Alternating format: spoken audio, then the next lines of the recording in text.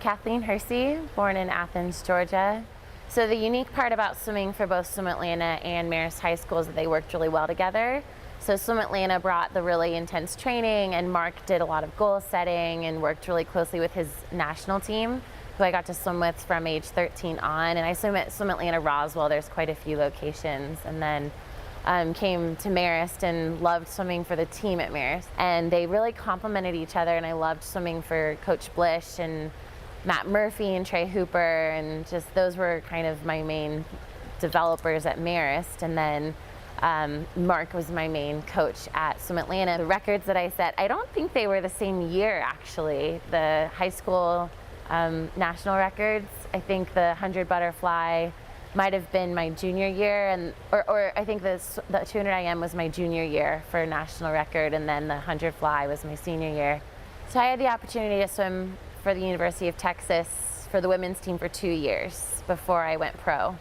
And swimming for the Longhorns felt so right, and it was such an easy transition from swimming with Marist and for that team atmosphere to going into swimming for Texas, which was a slightly bigger stage and a little bit more advanced in the career. You know, it's kind of like any stepping stone process. You kind of build as you go. And it just, my college experience, I went to a few different schools and was being recruited and talked to a lot of really wonderful coaches, and ultimately made my decision through a really complicated spreadsheet, but the spreadsheet told me to go somewhere else. And then I kind of asked my question of, if I could never swim again, where would I still feel supported? Where would I still be happy to go to school? And where would I still feel like it was home? And there was really no other answer other than the University of Texas. I had a great built-in support system.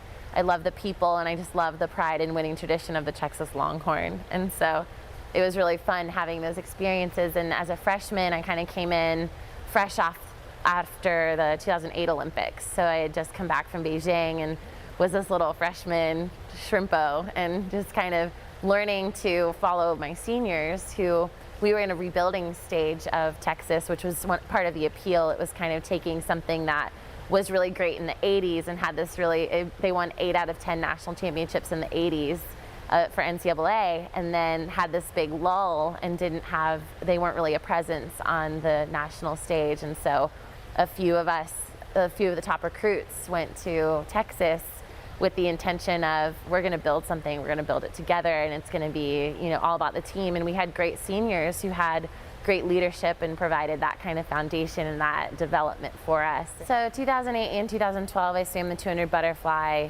only in both of the Olympics. So in 2008, I was kind of fresh out of high school, and they did it differently in 2008 because prelims were at night and finals were in the morning. And any kind of competitive athlete knows that that's backwards. 2012 was a little different experience for me and for my family. My mom had passed away 6 months prior to trials. So she passed away in January after a really long battle with cancer. And going to London was a little bit easier of a travel, and it was a little bit, but we as a family had kind of set my sights on, you know, 2012 and then 2016, and there was a long career path ahead. And when she passed, it kind of brought into focus the really priorities. And had it not been for Chris Kubik and Eddie Reese, who were my coaches at the time,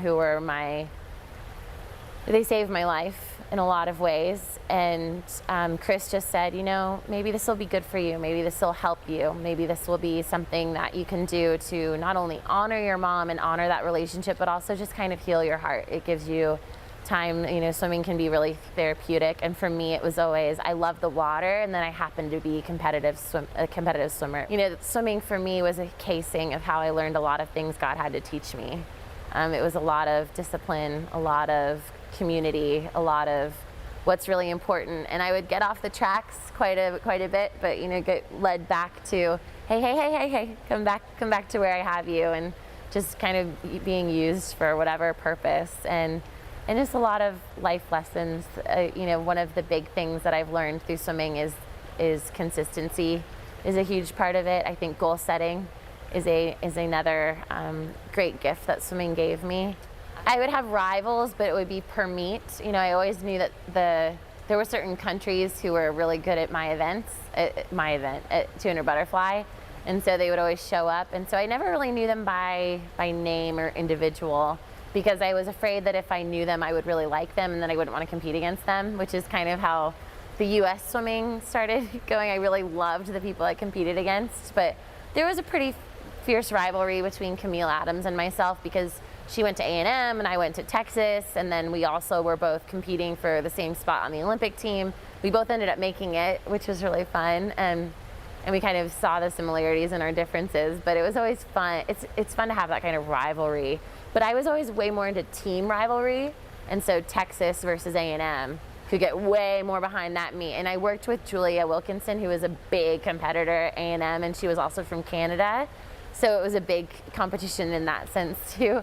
So I didn't really have individual rivalries. I wish I had a really cool story like Ryan and Michael, but I don't. I just liked racing, and I liked the more I liked my competitors, the more dangerous it was for my personal swimming career.